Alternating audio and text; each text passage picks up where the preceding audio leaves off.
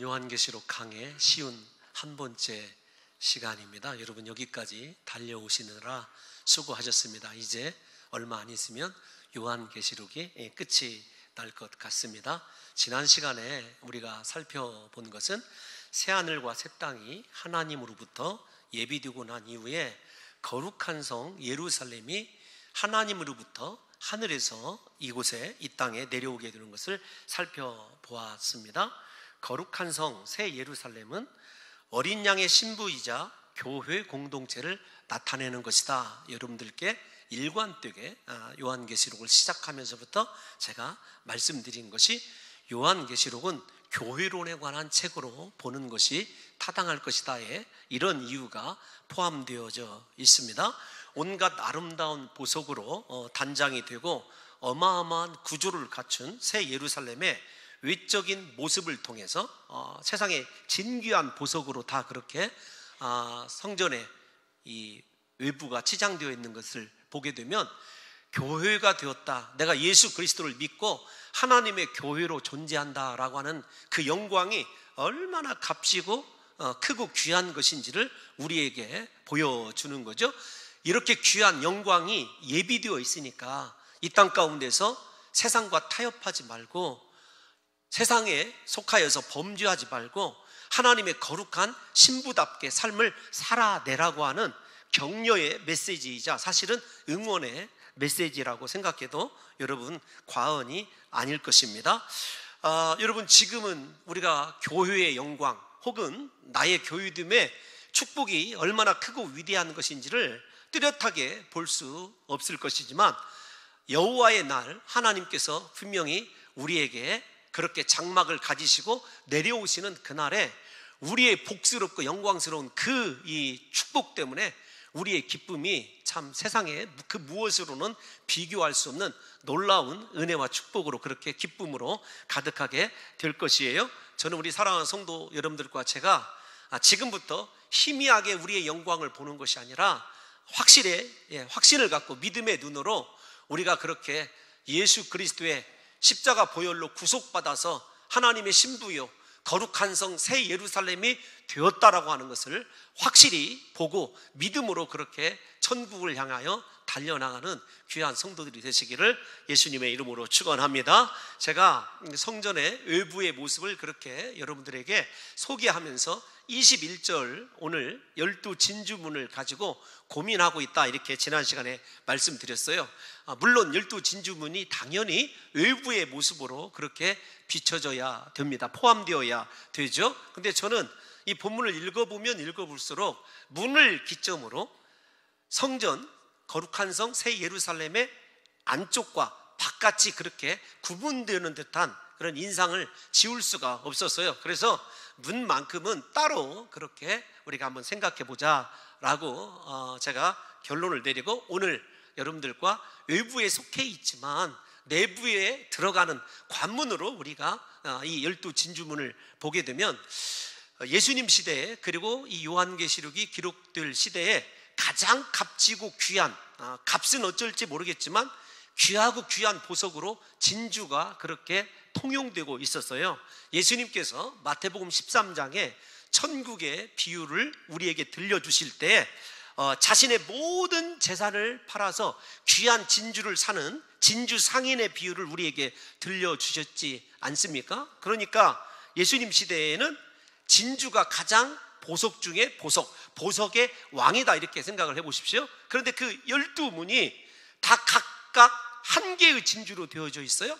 우리가 지난 시간에 성전의 외부의 그 어마어마한 구조를 생각해 볼 때, 여러분 그 성전의 길이가 144규빗이라고 이렇게 말씀드렸습니다. 약 650m인데 그러면 그 문이 얼마 정도 되어야 되느냐, 그렇게 따져보고 계산을 해보니까 문 하나가 76m 정도 되어야 되거든요.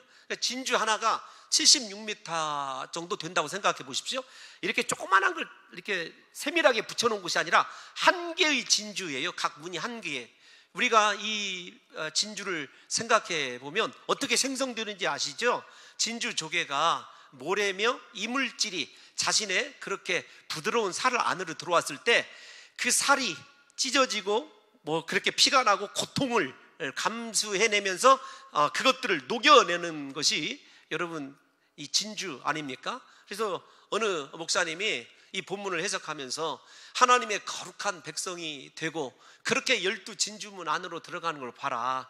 우리의 12진주문이 교회 공동체를 상징하는데 우리가 예수 그리스도의 신부로서 이 땅에서 거룩하게 살아가기 위해서는 그만큼 수많은 고통과 고난을 감내해내고 그것 내 속에서 녹여낼 수 있을 때 진정한 12문 예수 그리스도의 신부라고 그렇게 여러분 인정받을 수 있을 것이다 말씀하고 있는 것을 읽어본 적이 있거든요. 사랑하는 성도 여러분들에게 저도 동일하게 말씀드리고 싶습니다. 우리가 예수 그리스도를 믿는다는 것은 십자가의 길이고 고난의 길입니다. 세상과 타협하면 편하게 갈 수도 있고 세상 사람들과 구분되지 않게 살아간다면요 나름대로 이익도 있고 편안함도 있을 수 있어요. 그런데 하나님이 가장 싫어하시는 것이 그것 아니겠습니까? 우리가 부디 주님의 그 십자가의 복음을 지키기 위하여 예수 그리스도의 제자라고 자녀라고 하는 그 신분을 지키기 위하여 이 땅 가운데서 고난받고 또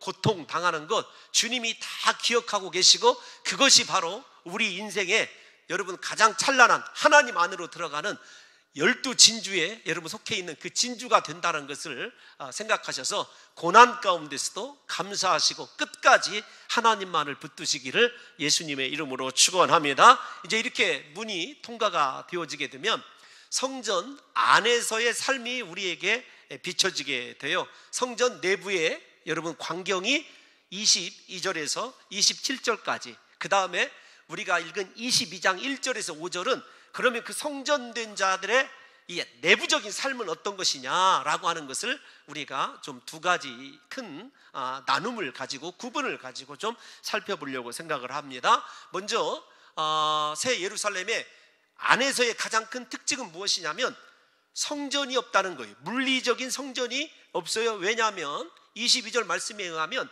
하나님과 예수 그리스도가 성전 되시기 때문에 사람의 손으로 지은 성전이 필요가 없다 이렇게 22절에서 분명하게 우리에게 이야기해주고 있거든요. 사실은 성전이 없다라고 하는 이 말 때문에 신학자들이 여러 가지 견해가 있습니다. 어떤 거냐면 사도 요한도 제일로 먼저 새 예루살렘이 내려오게 되었을 때 성전이 어떻게 생겼는지 보고 싶어 했다. 왜냐하면 유대인들과 그 당시에 많은 크리스찬들이 예루살렘 성전, 물리적인 예루살렘 성전을 얘기하는 거예요. 붕괴되는 것을 보았거든요. 멸망하는 것을 보았어요.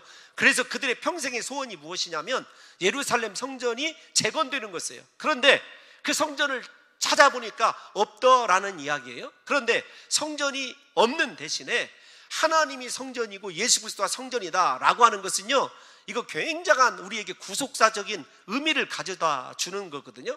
사실 지난 시간에 살펴본 계시록 21장 3절에 보면 이렇게 말씀하고 있어요. 내가 들으니 보좌에서 큰 음성이 나서 이르되 보라 하나님의 장막이 사람들과 함께 있음에 하나님이 그들과 함께 계시리니 그들은 하나님의 백성이 되고 하나님은 친히 그들과 함께 계셔서 하나님이 백성들 그의 신부와 함께 계시기 때문에 성전이 필요치 않다는 말씀을 제가 드리는 거예요. 왜 그런가 하면 여러분 이스라엘 백성들은 출애굽한 이후에 성막의 건축 그 다음에 솔로몬 시대에는 성전의 건축 그 솔로몬 성전이 무너지고 나자 스룹바벨 또다시 성전의 건축 예수님 시대에 또다시 디도 장군에 의해서 예루살렘 성전이 멸망했을 때 성전의 건축이 꿈이었어요. 성전의 건축의 목적이 무엇이냐면 땅의 일부분이지만 그곳이 하나님이 임재하셔서 하늘과 땅이 하나 되는 그런 꿈을 가지고 있는 것이 이스라엘 백성들이거든요. 하나님이요 제발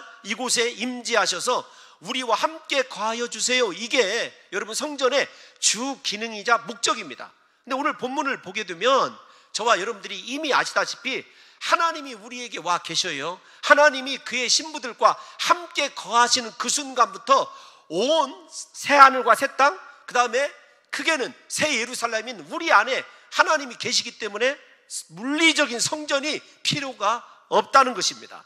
뿐만 아니라 이미 예수님께서 십자가에 못 박혀 죽으시기 전부터 자기 자신을 성전이라고 부르셨어요. 우리 한 군데만 좀 찾아서 확인해 볼까요? 요한복음 2장 19절에서 21절 말씀인데 다 같이 한번 읽어볼까요? 시작. 예수께서 대답하여 이르시되 너희가 이 성전을 헐라 내가 사흘 동안에 일으키리라.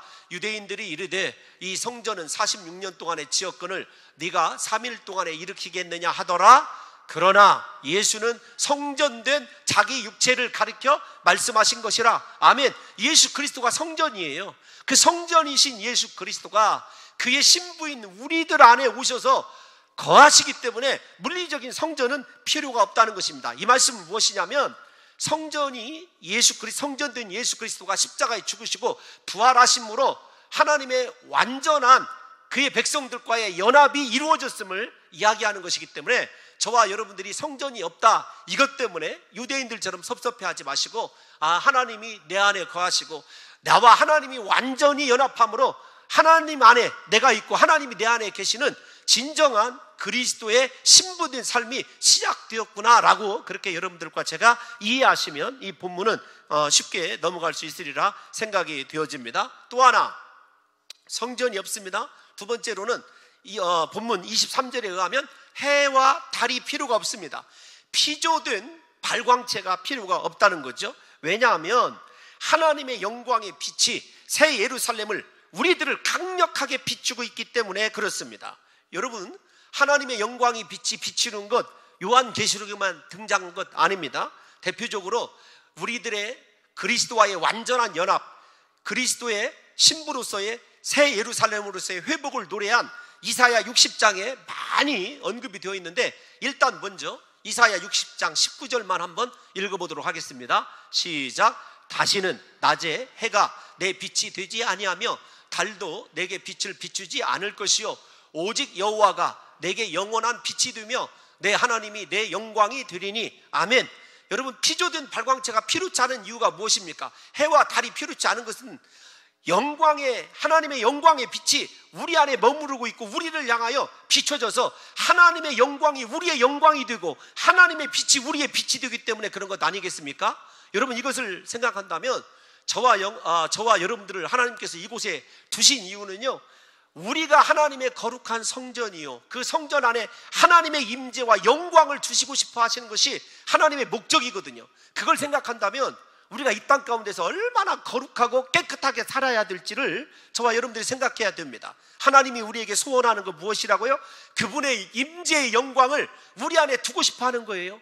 여러분들과 제가 정말로 하나님께 축복받은 사람이다 그 기준은요, 세상에서 잘 먹고 잘 살고 누리고 세상이 얘기하는 성공과 출세가 아니라 내게 하나님의 임재가 있느냐, 내게 하나님의 영광이 가득하느냐, 하나님의 빛이 내게 비춰짐으로 인생의 모든 어두움들이 사라져 있느냐라고 하는 것이 가장 중요한 여러분 신앙생활의 핵심이라는 것을 아셔야 됩니다. 부디 저와 우리 사랑하는 봉동중앙교회 온 권속들에게 오늘부터 하나님이 충만히 임재하심으로 그분의 영광의 빛이 비춰져 우리 인생의 어두움들은 다 물러갈 뿐만 아니라 여러분 이 땅에 피조된 해와 달도 상관없는 필요치 않은 그 새 예루살렘의 축복을 저와 여러분들이 이곳에서도 미리 맛보시는 역사가 있으시기를 예수님의 이름으로 축원합니다. 여러분 또 하나 24절을 보면 이렇게 이야기하고 있어요. 본문 24절을 다 같이 한번 읽어볼까요? 시작. 만국이 그 빛 가운데로 다니고 땅의 왕들이 자기 영광을 가지고 그리로 들어가리라. 아멘. 우리 안에 임재해서 빛을 비추고 있는 우리의 삶을 바라보고 만국 사람들이 길을 잃지 않는 거예요. 여러분 온갖 어두움에 사로잡혀 있던 사람들이 빛된 나의 삶을 보고 전부 다 빛으로 인도함 받아서 하나님의 백성 되는 꿈을 꿔보십시오. 여러분 그러므로 예수 믿는 사람의 여러분 가장 큰 구별점은 무엇이어야 되냐면 세상의 영향력입니다. 여러분 한국 교회가 오늘날 힘을 잃은 것 우리가 빛된 삶을 살지 못하기 때문이라는 것을 사실 다 잘 알고 있지 않습니까? 말씀대로 우리가 그리스도께서 요구하시는 대로 거룩한 행실로 여러분 그리스도의 신부다운 옳은 행실을 사람들에게 보여주면 그것이 빛이 되어서 세상 사람들이 만국이 다 하나님께로 인도함 받는 역사가 일어나게 된다는 거예요. 여러분 24절 다시 띄워놔 주십시오. 중요한 말씀은 여러분 만국이 그 빛 가운데로 다니게 될 것입니다. 우리가 세상에 비치고 소금인 걸 잊지 않았으면 좋겠어요. 세상은요 우리 때문에 구원받아야 되고 빛을 찾아야 돼요. 그런데 땅의 왕들이 자기 영광을 가지고 그리로 들어가리라. 여러분 사실은 은혜스러운 말씀이자 충격적인 말씀이에요. 왜 그런가 하면 지금까지 요한계시록을 쉬운 한 번째 공부하는 동안에 땅의 계시록에서 혹은 땅 사람에게 속한 이거 다 여러분 부정적인 의미였습니다. 짐승에게 속해져 있고 거짓 선지자에게 속한 자입니다. 이것을 저와 여러분들이 생각한다면 땅의 왕들이 자기 영광을 가지고 그리로 들어간다라고 한다면 하나님의 구원의 은혜가 얼마나 크고 능력 있는지를 아셔야 됩니다. 땅의 왕들이 언제 멸망했냐면 아마겟돈 전쟁을 위해서 거짓 선지자에게 짐승에게 속아서 그리스도와의 전쟁을 벌이기 위해서 왔던 자들이에요. 한마디로 얘기하면 예수 믿는 사람들을 핍박하고 그리스도를 대적했던 자들이 마지막 순간에 돌이키고 회개하여서 자신들의 영광을 가지고 하나님께 들어가는 거 생각해 보십시오. 그들의 영광이 하나님의 영광에 비하면 얼마나 하잘것없는지 잘 알고 있지 않습니까? 그럼에도 불구하고 그들이 구원받은 백성으로서 하나님의 은혜와 하나님의 자비가 얼마나 큰지를 생각해 보면 여러분 이 말씀이 조금 산만할 수 있습니다. 다시 조금 정리해서 말씀을 드리면 그리스도의 날선 검으로 멸망당했을 땅의 왕들조차 그들 가운데서도 그리스도 예수를 믿고 돌이키는 자들에게는요 구원의 은혜를 주었어요. 빛된 우리들의 삶을 보고 그렇게 그리스도를 핍박하던 사람이 마지막 순간에 돌이키고 회개하고 하나님께 나오는 그 장면을 생각하시라고요. 예컨대 이 말씀이 이해가 안 가시거든. 예수님이 십자가에 못 박혀 죽으셨을 때 여러분 좌우편에 강도가 달렸다는 거 아시죠? 한 강도가 지금까지 행악자다, 그러니까 악을 행하며 살아온 사람이에요. 마지막 순간에 예수 그리스도가 하나님이신 걸, 구세주인 걸 알아요. 그래서 주여 주여 오늘 나를 기억해 달라고 기도하게 되었을 때 오늘 네가 나와 함께 낙원에 있으리라 주님이 분명히 구원해 주시거든요. 그 장면을 생각하면 이 본문을 여러분 이해할 수 있으리라 생각이 되어집니다. 땅의 왕들까지 돌이키고 회개하고 하나님 안으로 들어오면 그 백성들이 자기의 영광을 가지고 하나님께 경배하는 역사가 일어난다는 거예요. 이게 하나님의 구원의 은총 아닙니까? 그래서 저는 구원이 참 하나님의 신비 중에 신비예요. 저도 목회하면서 여러분들에게 세 가지 훈련 시간에 말씀드리지만 제가 지금까지 주례를 선 것은 41상 주례를 섰습니다. 여러분 성도들의 장례를 치른 것은 100번까지 기억을 하다가 지금은 그 의미가 없어서 이제 기억을 못해요. 참 마지막 순간에 임종을 지켜보고 장례를 치르는 가운데 하나님의 구원은 참 신비롭다라고 하는 것을 많이 깨달아요. 참 그것을 여러분들에게 자세히 더 이렇게 말씀드릴 수는 없습니다만 우리가 구원받는 것 하나님의 은혜 아니면 안 되는 것인 줄 우리가 다 잘 알고 있지 않습니까? 이 말씀을 조금 더 한 번 더 신학적으로 표현하면 하나님의 자비가 어떻게 궁극적으로 악에 대하여서 승리하는 것은요 심판만이 아닙니다. 악에 속한 자들을 구원해 내시는 것이 하나님의 악에 대한 완전한 승리의 방법이에요.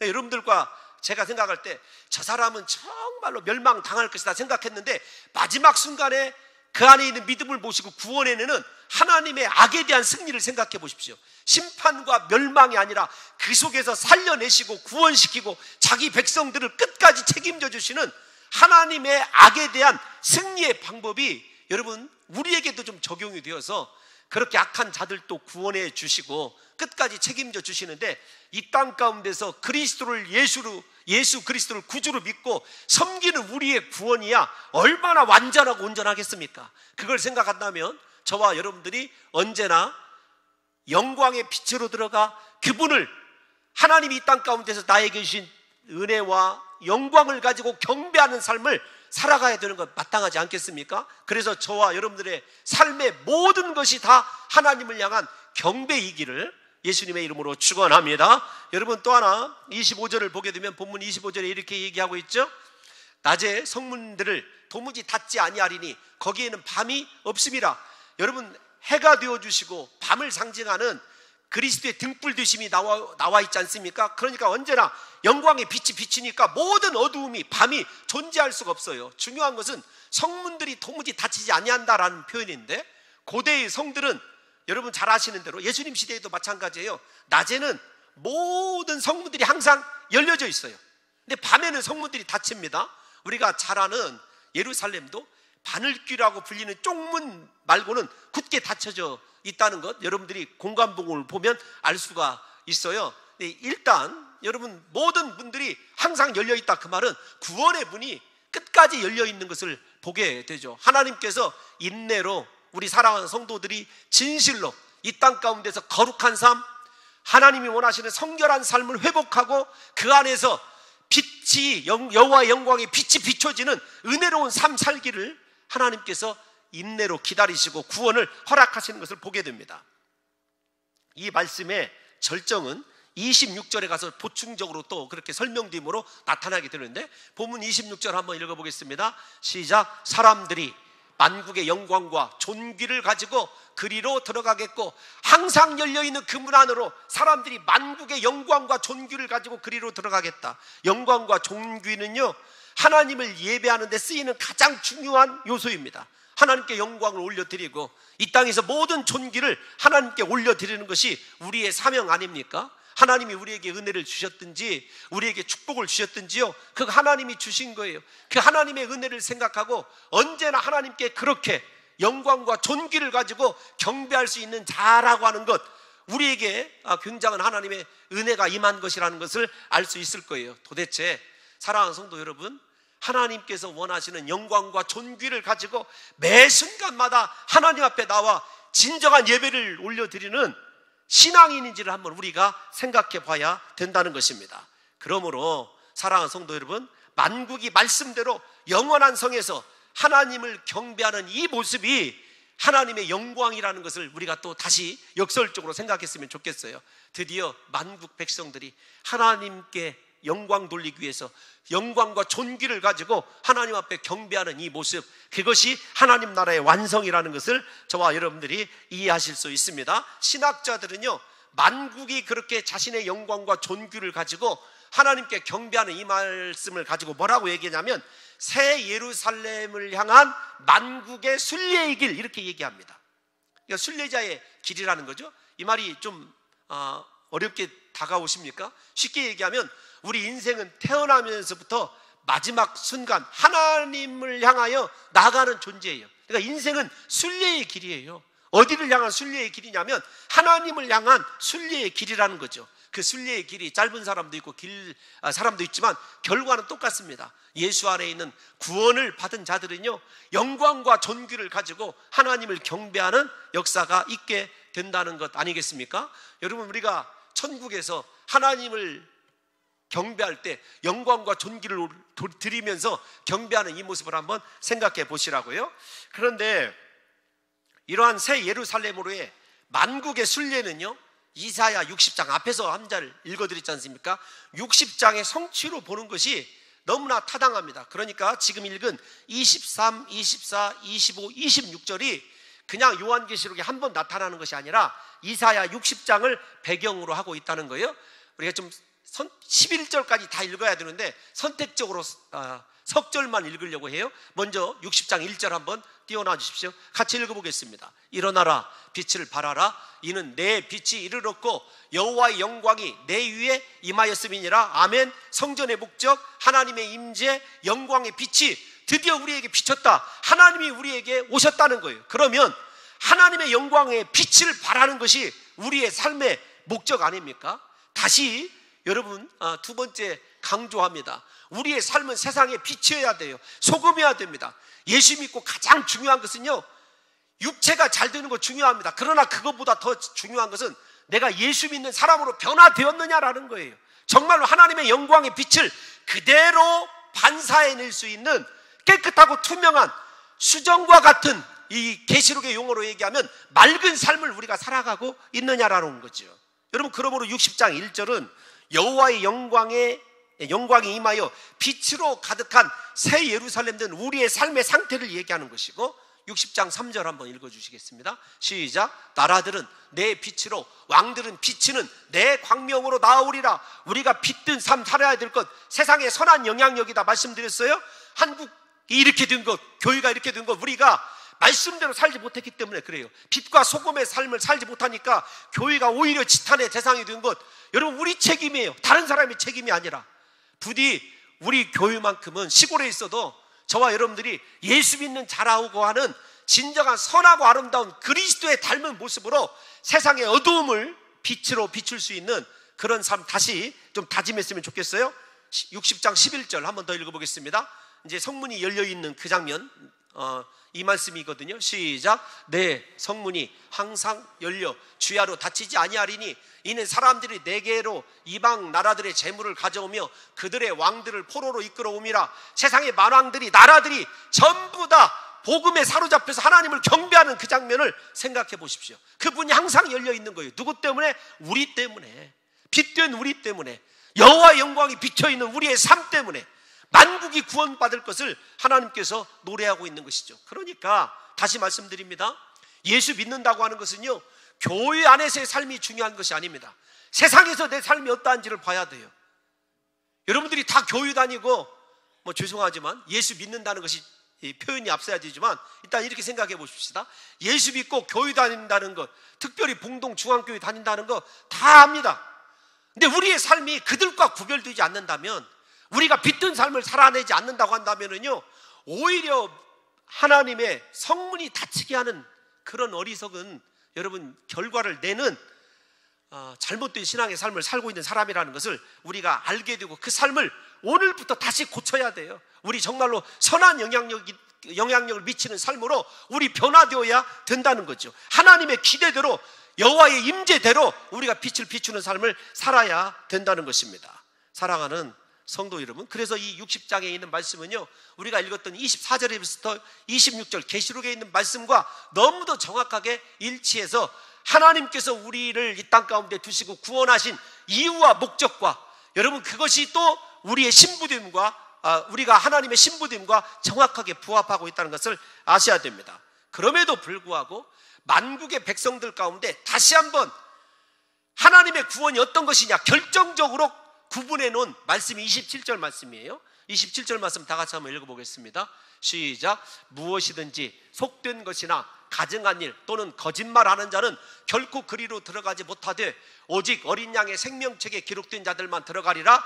먼저 어린 양의 생명책에 기록된 예수 그리스도를 구주로 믿고 하나님의 자녀된 자들은 반드시 구원받고 그 예루살렘의 여러분 구성원이 되는 거예요.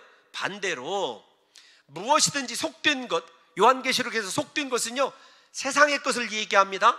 심지어는 자신의 꿈과 야망을 이루기 위해서 신앙을 버리고 세상과 타협한 것을 속되다 이렇게 얘기하고, 가증스러운 것은 요한계시록에서 무엇이었죠? 우상과 관련이 있어요.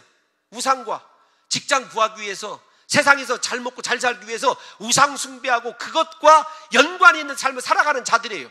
그러나 여러분, 저 속된 것과 가증한 것은 물질적인 것을 이야기하는데, 우리가 한번 이렇게 생각해 봅시다. 어떤 것이었냐면 계시록 내에서 여러분 교회도 다닙니다. 신앙생활도 해요. 그런데 세상에서는요, 세상 사람들보다 더 가증스럽고 더 속되게 살아가는 자들을 이야기하는 거예요. 세상에 완전히 믿지 않는 자들을, 복음을 모르는 자들이 아니라, 여러분 예수 그리스도께서 마태복음 25장에 보게 되면은 마지막 종말에 심판할 때 양과 염소를 세워두는 곳이 어쩌면 하나님의 교회라는 것을 생각하셔야 돼요. 심판은 교회 안에서부터 이루어집니다. 복음을 아는 자들이기 때문에. 그렇다고 한다면 저와 여러분들의 삶이 지금 어디를 향하여 가고 있는지를 생각해 보셔야 됩니다. 나는 정말로 하나님의 생명책에 이름이 기록된 자답게 하나님의 영광의 빛을 비춰가면서 사람들에게 예수 믿는 것이란 이런 것이라를 보여주는 삶을 살아가고 있는지, 아니면 여러분 교회에서의 하나님과의 교제는 교회에서의 딱 끝나고 세상 밖으로 나가면 속되고 가증스러운 일을 마음껏 취하는 이중적인 삶을 살아가고 있는 사람이라고 한다면 결단코 새 예루살렘으로 들어가지 못할 것이라는 거예요. 또 하나, 거짓말하는 자는 우리가 잘 아는 대로 짐승과 그 다음에 크리스찬, 우리 예수 믿는 하나님의 백성들을 미혹하는 자들임을 여러분 계시록에서 이야기하고 있지 않습니까? 거짓말하는 자들 결단코 아버지의 나라에 들어갈 수 없다. 이것이 하나님 나라의 여러분 이 법칙이라는 것을 우리에게 이야기해주고 있는 것이죠. 부디 우리 사랑하는 성도 여러분들과 저는요, 이 시간에 우리 삶을 돌아봐야 돼요. 그리고 진실로 우리의 삶을 다시 한번 회개했으면 좋겠어요. 왜 그러냐면 다음 주에 살펴볼 계시록 22장 14절에 보면 이런 말씀이 나와요. 저는 소망의 메시지로 받고 있거든요. 계시록 22장 14절 시작. 자기 두루마기를 빠는 자들은 복이 있으니 이는 그들이 생명나무에 나아가며 문들을 통하여 성에 들어갈 권세를 받으려 함이로다. 두루마기를 빤다. 계시록에서 어떤 말이었죠? 회개를 얘기합니다. 우리의 죄를 씻을 수 있는 것 예수 그리스도의 십자가 보혈밖에 없습니다. 그 십자가 보혈 의지하고 두루마기를 빠는 것, 철저히 회개하고 하나님 닮아가는 것, 옛사람이 변하여 새사람 되는 것, 즐기던 죄악 끊어버리고 고통스럽고 힘들어도 십자가의 길을 걷는 자들, 생명나무를 향하여 나가는 자들, 하나님께 나가는 자들이 결국은 그 새 예루살렘에 들어갈 권세를 여러분 얻게 된다는 거죠. 저와 여러분들이 오늘 이 시간에 다시 한번 예수 그리스도의 부르심, 십자가의 그 은혜를 기억하고 내 삶을 철저히 세상 중심이 아니라 세속 중심이 아니라 십자가 중심이요 복음 중심으로 바뀌는 역사가 있으시기를 예수님의 이름으로 축원합니다. 이제 새 예루살렘의 삶에 대해서 조금만 살펴보려고 그래요. 22장 1절을 보면 이렇게 기록되어 있어요. 그 안에서의 삶이 어떤 것인지를 우리에게 보여주고 있습니다. 시작. 또 그가 수정같이 맑은 생명수의 강을 내게 보이니 하나님과 및 어린 양의 보좌로부터 나와서 하나님과 어린 양의 보좌에서부터 모든 것을 살게 하는 생명수의 강이 나와요. 물론 수정같이 맑은은요 항상 성결, 정결을 얘기한다는 것 계시록에서 일관된 주제 아닙니까? 그 생수의 강이 여러분 다 그렇게 하나님의 보좌로부터 나오게 되어 있다는 것입니다. 중요한 것은 여러분 이 보좌에서 나오는 생명수의 강이 어떻게 사람들을 살리는지 2절 말씀을 읽어봐야 돼요. 2절을 읽으면 이것이 무엇을 얘기하는지 우리가 좀 기억할 수 있습니다. 2절 시작. 길 가운데로 흐르더라. 강 좌우에 생명나무가 있어 12가지 열매를 맺되 달마다 그 열매를 맺고 그 나무 잎사귀들은 만국을 치료하기 위하여 있더라. 중요한 것은요 생명나무가 어디 있었죠? 에덴 동산에 있었어요. 에덴 동산에서부터 강이 발원하여서 4개의 비손강 무슨 강이 흐르던 것을 생각해 보십시오. 창세기 2장의 모습을 생각해 보시라고요. 그러니까 지금 1절과 2절을 통해서 하나님은 새 예루살렘이 에덴 동산의 완전한 회복임을 이야기하고 있습니다. 여러분 물이 흘러나와서 그렇게 모든 것들을 살아나게 하는 것 에덴 동산뿐만 아니라 어디에 또 기록되어 있죠? 에스겔 47장에 보게 되면 성전 남쪽에서 물이 흘러나와서 닿는 곳마다 다 살아나고 번성케 하는 장면이 47장 에스겔 47장 1절에서 5절에 기록되어 있습니다.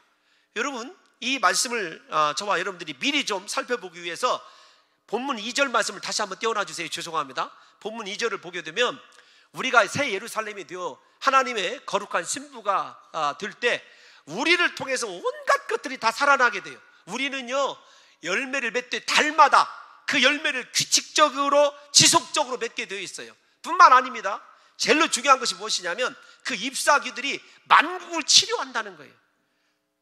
상처 입은 사람들, 죄악으로 죽어가는 사람들 우리 만나면은요 우리 안에서 흘러나오는 생명수 때문에 살아나게 되어 있어요. 여러분 우리가 정말로 하나님의 말씀대로 잘 살아가면 나 때문에 가정이 치료되고 나 때문에 남편이 치료가 되고 나 때문에 자녀들이 치료되는 역사가 일어납니다.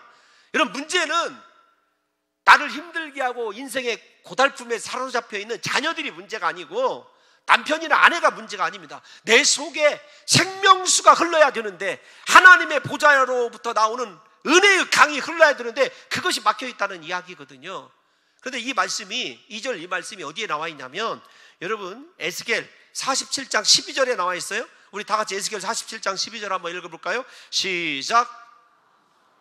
각종 먹을 과실나무가 자라서 그 잎이 시들지 아니하며 열매가 끊이지 아니하고 달마다 새 열매를 맺으리니 그 물이 성소를 통하여 나옴이라. 그 열매는 먹을 만하고 그 잎사귀는 무엇이 된다고요?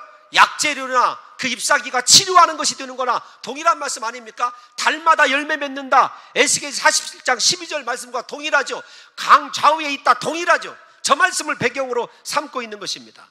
여러분 우리에게 저렇게 에덴에서 흘러나오는 물, 하나님의 보좌에서 흘러나오는 생수의 강, 여러분 성전에서 에스겔이 바라본 모든 생수의 강들은요, 죽어있는 것들을 살리는 거예요.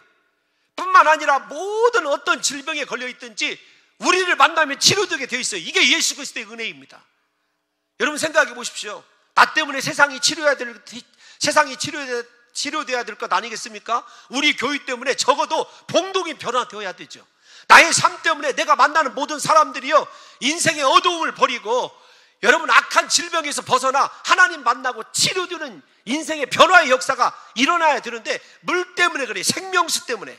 그런데 이 생명수를 예수님께서 이미 말씀해 주셨어요. 요한복음 7장 37에서 39절을 읽어보면서 이 생수, 물이 무엇을 얘기하는지 한번 읽어볼까요? 시작. 명절 끝날 곧 큰 날에 예수께서 서서 외쳐 이르시되 누구든지 목마르거든 내게로 와서 마시라. 나를 믿는 자는 성경의 이름과 같이 그 배에서 생수의 강이 흘러나오리라 하시니 이는, 시작, 이는 그를 믿는 자들이 받을 성령을 가리켜 말씀하신 것이라. 아멘. 여러분, 하나님의 보좌에서 흘러나오는 생명수의 강, 에덴 동산에서 발원하여 흐르던 모든 것을 살게 하고 번성하게 했던 물, 에스겔이 얘기하는 성전 남쪽 제단에서 흘러나오던 여러분 그 물, 모든 것들이 살아나게 하는 것들이 무엇이냐면 결국은 우리 배에서 생수의 강이 흐르는 것도요, 다 성령을 얘기합니다. 오늘날 우리 삶의 문제는요, 세상 사람들과 구별된 삶 살아가지 못하고 하나님의 거룩한 자녀답게 살아가지 못하는 것은요, 예배의 문제가 아닙니다. 헌금의 문제도 아니에요. 무엇이냐면 내 안에 성령이 계시지 않는 문제라는 것이죠.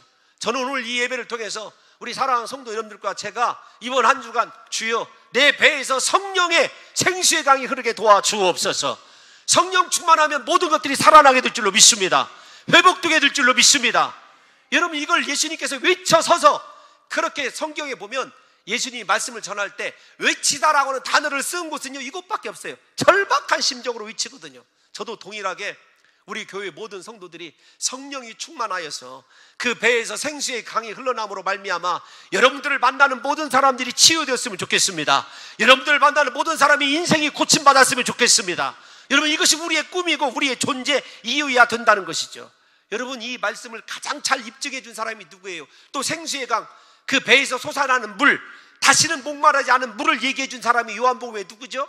예수님이 남편을 5번씩이나 바꿨던 사마리아 수가 성경인 아닙니까? 그 여인의 삶이 그리스도를 전도하고 수많은 사람들을 예수께 이끌어내는 하나님의 위대한 도구가 된 것을 생각해 보십시오. 내 인생이 변하는 거요, 성령이 임하고 내 속에 생수의 강이 임하면은요, 삶이 바뀌게 되고 내 인생에 추구하는 것이 다르게 되고 가치관이 달라지게 되는 변화의 역사가 일어나게 되는 거죠. 부디 우리 사랑하는 성도 여러분들과 저에게 하나님께서 오늘 생수의 강을 부어주시기를, 성령을 부어주시기를 예수님의 이름으로 축원합니다. 모두 다 치료되고 살아나게 될 줄로 믿습니다. 여러분, 3절을 보십시오. 이어지는 3절에 보면 이렇게 얘기합니다. 시작. 다시 저주가 없으며 하나님과 그 어린 양의 보좌가 그 가운데 있으리니 그의 종들이 그를 섬기며. 중요한 말입니다. 저주가 없다. 아담과 하와가 범죄했던 죄악으로 인해서 생겼던 인생의 죄로 인한 저주가 없어져요. 왜냐하면 우리에게 하나님의 영광이 임재해 있고 우리에게서 생수의 강이 흘러나는데 어떻게 저주가 있겠느냐고요. 어떻게 죽음이 있겠느냐고요. 질병이 있겠느냐고요. 그러면서 뭐라고 얘기냐면 하나님과 그 어린 양의 보좌가 그 가운데 있다. 삶의 중심이요, 하나님 중심이에요. 예수님 중심입니다. 여러분 생각해 보세요. 곰곰이 내 삶의 핵심은 무엇인가? 나는 무엇을 붙들고 살아가는가? 대부분요, 돈 붙들고 살아갑니다. 세상의 영광과 쾌락 붙들고 살아가요. 그런데 정말로 힘이 들어도 예수님이 내 인생의 중심입니다, 나는 예수님 때문에 살아가고 있습니다, 고백하는 성도가 오늘날 몇이나 되겠느냐고요. 부디 우리 봉동 중앙교회 성도들만큼은요, 삶의 중심에 하나님과 어린 양 예수 그리스도의 보좌가 있어서 하나님의 다스림 받고 하나님이 인도하시는 대로, 말씀하시는 대로 순복하시면서 하나님만 경배하는 놀라운 삶 살아내시기를 예수님의 이름으로 축원합니다. 또 하나, 여러분 중요한 것은 섬긴다라고 하는 것, 예배하고 하나님께 봉사하는 진정한 경배자가 되는 것이 여러분 이 말씀입니다. 그런데 우리에게 저주가 없다? 어디에서 나온 말이냐면 스가랴에서 나온 말씀이에요. 스가랴 14장 11절 한번 띄워놔 주십시오. 시작. 사람이 그 가운데 살며 다시는 저주가 있지 아니하리니 예루살렘이 새 예루살렘인 우리가 평안히 서리로다. 하나님의 은혜 때문에 그렇게 죄악의 저주에서 벗어나 하나님 중심으로 살아가며 오직 하나님만 섬기는 자로 우리가 존재하게 된다는 것이 본문 3절의 말씀입니다. 더 나아가서 여러분, 우리가 4절 말씀 한번 띄워놔 주십시오. 4절 한번 읽어봅시다. 본문 4절. 이제 설교가 다 끝나갑니다. 고생하셨습니다. 4절 시작. 그의 얼굴을 볼 터이요 그의 이름도 그들의 이마에 있으리로다. 아멘. 하나님을 섬기는 자들, 하나님 중심의 삶을 살아가는 자들은요, 하나님의 얼굴을 보게 되어 있어요. 여러분, 민수기를 보십시오. 아론이 1년에 한 번 대속죄일에 속죄제사를 드리고 나서 백성들을 축복할 때 그 축복의 첫 마디가 무엇인 줄 아십니까? 여호와는 그 얼굴을 내게로 향하여 드사 평강 주시기를 원하며, 여호와는 그 얼굴을 내게로 향하여 드사 은혜 베푸시기를 원하며. 여러분, 그 말씀 아닙니까? 이스라엘 백성들의 소원은요, 하나님의 얼굴을 대면하여 보는 거예요. 여러분, 아담과 하와는 범죄하기 전에 하나님의 얼굴을 보며 교제했습니다. 인간이 죄 때문에 저주받은 이후에 하나님의 얼굴을 보는 자들은요, 살 수가 없었어요. 모세조차도 하나님 얼굴을 보기를 원했지만 네가 내 얼굴을 보고는 살지 못할 것이다, 그렇게 말씀하셨거든요. 그런데 그토록 이스라엘 백성들이 원하던 하나님의 얼굴이 예수 그리스도를 통해서 이 땅에 보여졌어요. 그리고 오늘 그를 섬기는 자들, 진정으로 하나님 중심의 삶을 사는 자들에게 하나님께서 얼굴을 향하여 들어주심으로 말미암아 그들의 삶의 평강과 은혜가 영원히 있을 것, 아론의 축복이 임재할 것을, 실현될 것을 우리에게 약속해 주고 있거든요. 사랑하는 성도 여러분, 다시 강조합니다. 이 땅 가운데서 저와 여러분들이 날마다 하나님 중심으로 하나님의 얼굴을 바라보면서 그분이 원하시는, 그분이 기뻐하시는 삶만 살아낼 수 있는 진실로 삶으로 하나님을 섬기고 경배하는 자들 되시기를 예수님의 이름으로 축원합니다. 여러분, 또 하나, 하나님의 종들은 그 이마에 하나님의 이름이 새겨져 있다. 이거 계시록 3장 12절에서 이기는 자들에게 하나님의 이름을 새겨줄 것을 약속해 주신 말씀의 성취죠. 그런데 하나님께서 그의 백성들의 이마에 인을 쳐주신다.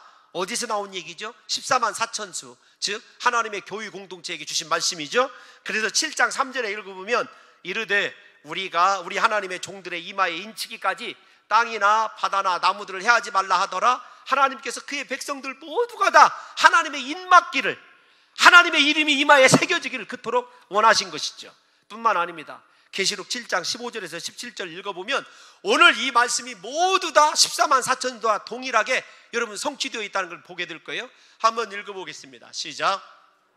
그들이 하나님의 보좌 앞에 있고 또 그의 성전에서 밤낮 하나님을 섬김에 보좌에 앉으시니가 그들 위에 장막을 치시리니 그들이 다시는 줄이지도 아니하며 목마르지도 아니하고 해나 아무 뜨거운 기운에 상하지도 아니하리니 이는 보좌 가운데 계신 어린 양이 그들의 목자가 되사 생명수 샘으로 인도하시고 하나님께서 그들의 눈에서 모든 눈물을 씻어주실 것임이라. 할렐루야. 여러분, 저 말씀이 바로 오늘 22장 1절에서 5절 똑같이 모든 핵심 사항이 중복되어 우리에게 말씀드리고 있는 거죠. 결과적으로 우리가 하나님의 이름이 이마에 새겨져 있는 자들은요, 눈물이 없습니다. 고통이 없습니다. 생수가 솟아납니다. 언제나 하나님이 인도하시는 목자이신 예수 그리스도의 인도 때문에 우리의 삶이 평안이 넘칠 것을, 은총이 넘칠 것을 노래하고 있다는 것이죠. 여러분, 5절 말씀 이제 마지막 다 와 있습니다. 5절 읽겠습니다. 본문 5절 시작. 담이 없겠고 등불과 햇빛이 쓸데없으니 앞에서 얘기한 것 다시 중복해줘요. 하나님의 영광의 빛이 임재한 삶이 얼마나 중요한지를 우리에게 보여주고 있는 거죠. 이는 시작. 이는 주 하나님이 그들에게 빛이심이라. 그들이 세세토록 왕노릇하리로다. 어떤 사람들이 왕노릇한다는 거예요? 하나님의 영광이 비쳐있는 사람, 하나님이 임재해 있는 사람, 하나님과 함께하는 그 사람이 나중에 왕노릇한다는 거예요. 여러분, 이곳에서 왕노릇은요, 교회가 불신자들을 다스리거나 성도가 성도를 다스리며 왕노릇하는 것을 의미하는 것이 아닙니다. 에덴 동산에서 아담과 하와에게 주어진 만물을 통치하도록 위임받았던 인간의 궁극적 가치와 비전이 회복되는 것을 얘기해요. 그래서 온 우주를 다스리고 생육하고 번성하고 충만하게 되는 왕권이 드디어 이곳에서 회복되는 거죠. 부디 저는 오늘 이 예배를 드리시는 우리 사랑하는 성도 여러분들과 저에게 하나님의 빛이 영원토록 비쳤으면 좋겠습니다. 우리의 삶이 세상을 치료하는 치료제가 되었으면 좋겠어요. 우리가 하나님의 영광의 빛을 비춤으로 세상의 모든 만국들이 하나님께로 인도함 받는 역사가 일어나도록 저와 여러분들이 오늘부터 하나님이 원하시는 거룩하고 성결한 삶으로 세상과 분명하게 구별된 하나님의 자녀됨을 삶으로 입증해내는 역사가 있으시기를 예수님의 이름으로 축원합니다. 하나님 아버지, 하나님의 백성답게 살게 도와주옵소서. 예수님의 이름으로 감사드리며 기도하옵나이다. 아멘.